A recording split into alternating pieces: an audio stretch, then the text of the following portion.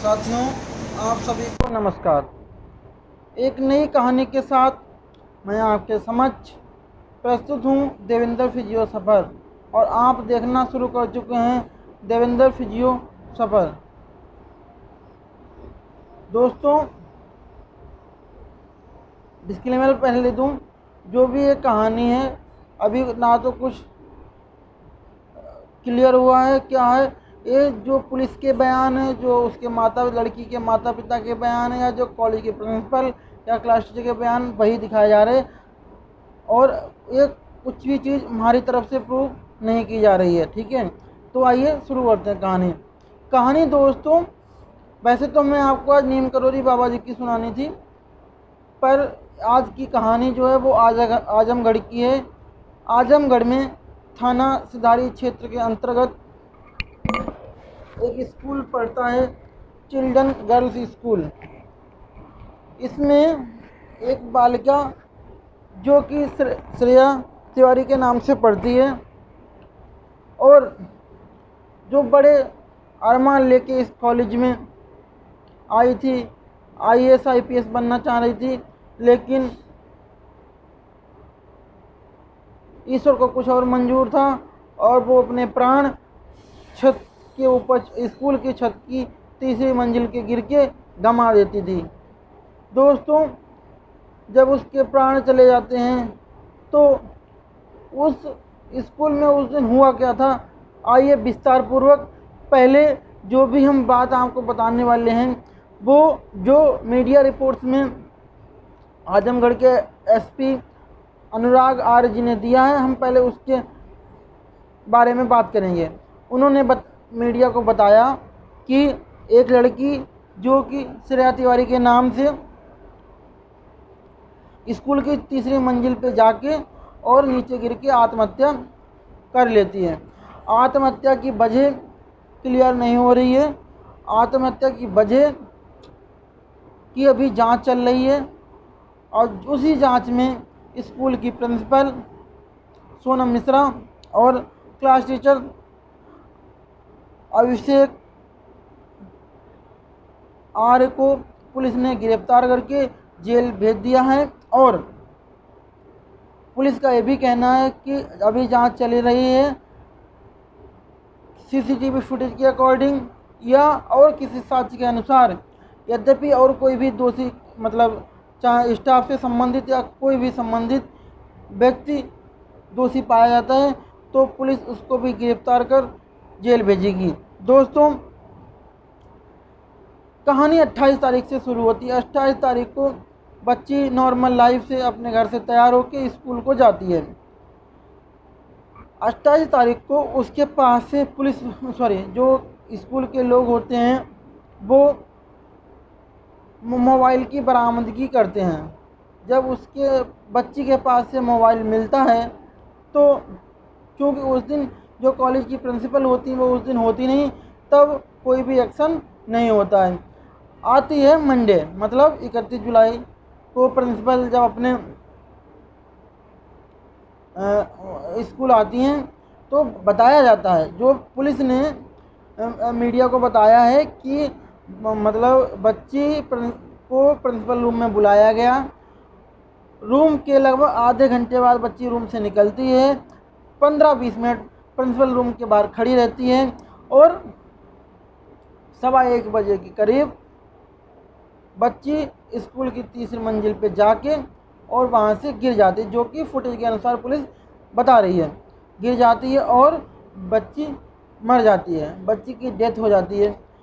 और पुलिस का ये भी कहना है कि जब मतलब टेस्ट वगैरह से पता किया गया कि जहाँ पे बच्ची गिरी थी वहाँ पे ब्लड था या नहीं था, तो वहाँ पे ब्लड पाया जाता है, और ये प्रूव होता है कि ब्लड को धुला गया, मतलब साक्ष्य भी मिटाने की कोशिश की गई। पुलिस 302 और साक्ष्य मिटाने की एफआईआर उन प्रिंसिपल और क्लास टीचर पे दर्ज करती है और उनको जेल भेज देती है। अब ये तो हो गए ये जो पुलिस ने मीडिया को बताया। अब एक जो बच्ची की माँ है वो क्या कह रही है, हम उनकी भी बात आपको पहुंचाने का प्रयत्न करेंगे। बच्ची की माँ का कहना है कि 28 जुलाई को जो भी हुआ मुझे नहीं पता। 31 जुलाई को पहले मेरे हस्बैंड के पास फ़ोन आता है और बताया जाता है कि आप मैडम का नंबर दे दीजिए, मतलब बच्ची की माँ पिता से कहा जाता है कि आप बच्ची की माँ का नंबर दे दें, मुझे कुछ बात करनी है। तो वो माँ बताती है कि मेरे हस्बैंड ने मुझे बताया था, शायद स्कूल से, श्रेया के स्कूल से भी कोई कॉल आएगी, तुम बात कर लेना। तो क्लास टीचर जो हैं वो बात करते हैं उसकी माँ से, कहते हैं कि आपको आना है। और वो माँ कहती है कि मुझे ऐसा कोई भी बताया नहीं गया कि हमारी बच्ची के साथ कुछ ना कुछ अनहोनी हुई है। तो मैंने उन क्लास टीचर से कहा कि ऐसा है कि मेरा छोटा बच्चा अभी दूसरे स्कूल में, मैं उसे 1:30 बजे लेके फिर आपके पास आती हूँ।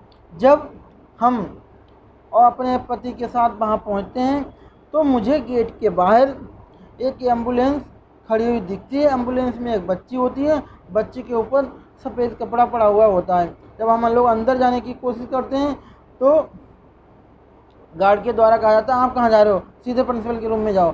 जब हम प्रिंसिपल के रूम में जाते हैं तो वहाँ सारे के सारे टीचर मीटिंग कर रहे होते हैं कि कैसे भी जो है कि इनके गार्जियन को, इनके जो गार्जियन हैं उनको ऐसे समझाओ कि वो कुछ भी हम लोगों पर ब्लेम ना कर पाएँ।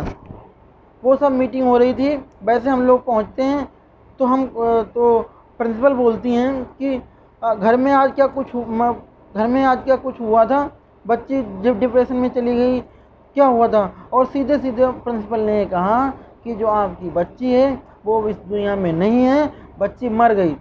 तो जबकि मैं वो बच्ची की माँ का कहना है कि जबकि मेरे भैया उसी में हिंदी मीडियम में टीचर हैं, वो उन्हें आने में वहाँ 5 मिनट ही लगने थे, लेकिन वो उन्हें खबर नहीं की और उनको भी पता नहीं होता। जब मेरे भैया प्रिंसिपल रूम में आते तो सारे टीचर इधर उधर हो जाते हैं और फिर मुझसे ये कहा जाता है कि बच्ची की हालत नाजुक है और हम उसे एक निजी हॉस्पिटल में ले चल रहे हैं, आप भी चलिए। तो वो बच्ची का माँ का एक भी कहना है कि मुझे बहुत जो कि 10-15 मिनट में पहुंच जाना था, मुझे लगभग 45 मिनट ख़राब किए जाते हैं। और बाद में मुझसे ये कहा जाता है कि जिस हॉस्पिटल में ले गए थे उसके द्वारा डेथ सर्टिफिकेट दे दिया गया, आपकी बच्ची मर गई है। जब मैं फिर वापस स्कूल आती हूँ तो पुलिस तक को इन लोगों ने सूचना नहीं दी। फिर जैसे तैसे पुलिस आती है, फिर कार्यवाही शुरू करती है।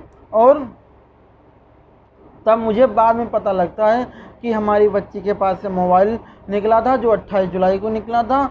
31 जुलाई को इन लोगों ने बुलाया था और रूम में उसे टॉर्चर किया। वो मानसिक रूप से प्रताड़ित की गई कॉलेज के प्रशासन द्वारा, प्रिंसिपल के द्वारा, क्लास टीचर के द्वारा, अन्य स्टाफ के द्वारा। फिलहाल अभी दो ही को पुलिस ने जेल में भेजा है, प्रताड़ित की गई। और कुछ उसकी स्थिति ऐसी थी कि जिस प्रकार से वो घर से आई थी, जैसे मुझे मतलब डेड बॉडी मिली, उस हिसाब से मुझे आशंका है कि उसकी मृत्यु गिरने के बजाय तो हुई ही है। साथ में उसे इतना प्रताड़ित किया गया, उसके बाल खींचे हुए थे, कपड़े ऐसे पहन रखे थे कि जैसे कि किसी और ने ज़बरदस्ती पहनाए हो। ये सब बच्ची की माँ का कहना है।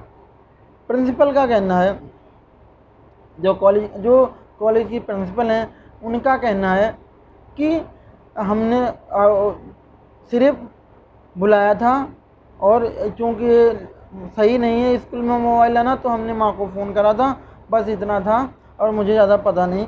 और ऐसे ही क्लास टीचर का भी यही कहना है। दोस्तों, क्या सच है क्या नहीं, ये तो कुछ दिनों में पुलिस निकाल ही लेगी। और थोड़ा सच बात, चूँकि स्कूल में बच्ची ने आत्महत्या की है तो पूरा दोषी स्कूल है। और उससे पहले हम नहीं सिद्ध कर रहे कि कौन दोषी है कौन नहीं। उससे पहले, चूँकि यद्यपि मोबाइल लाना इलीगल है, तो आप इस प्रकार से किसी को प्रताड़ित नहीं कर सकते कि कोई आत्महत्या करने को मजबूर हो जाए। और एक चीज़ और, आप खुद सोचिए कि किस प्रकार से उसे प्रताड़ना दी गई होगी जो एक बच्ची आत्महत्या करने के लिए मजबूर हुई। ऐसे कोई जल्दी आत्महत्या नहीं कर लेगा। मुझे लगता है या पब्लिक को भी यही लगता है कि कुछ ना कुछ ऐसा हुआ, उसने दिमाग पे लिया, उसने ऐसा दिमाग में लिया जो वो तीसरी मंजिल से जाके गिर गई। जब उसके पास मोबाइल मिला था तो उसे समझाया जाना था, ना कि प्रताड़ित किया जाना था। ये बच्चे हैं, समझाना था, समझाया नहीं गया, वो परेशान हुई और अंत में उसने अपने प्राण गंवा दिए। दोस्तों, इस कहानी का सुनाने का मतलब ना तो किसी को सपोर्ट करना है, ना ही आपकी भावनाओं को ठेस पहुंचाना है। इस कहानी को आप तक पहुंचाने का मतलब सिर्फ यही है कि आप लोगों तक ये जानकारी पहुंचे कि एक बच्ची जो मोबाइल की वजह से इतना परेशान हुई स्कूल के प्रशासन द्वारा कि उसने स्कूल में ही अपने घर वालों से भी मतलब परेशानी बताना नहीं उचित समझा और स्कूल में ही तीसरी मंजिल पे जाके आत्महत्या कर ली। बहुत ही दुखद है और जिसके भी द्वारा ऐसा कुकृत्य किया गया वो निंदनीय है। आपको कहानी अच्छी लगी हो, लाइक करिए, शेयर करिए, कमेंट करिए। मिलते हैं कल एक नई कहानी के साथ, तब तक के लिए शुभ रात्रि। आप देखते रहिए देवेंद्र फिजियो सफर। जय श्री राम।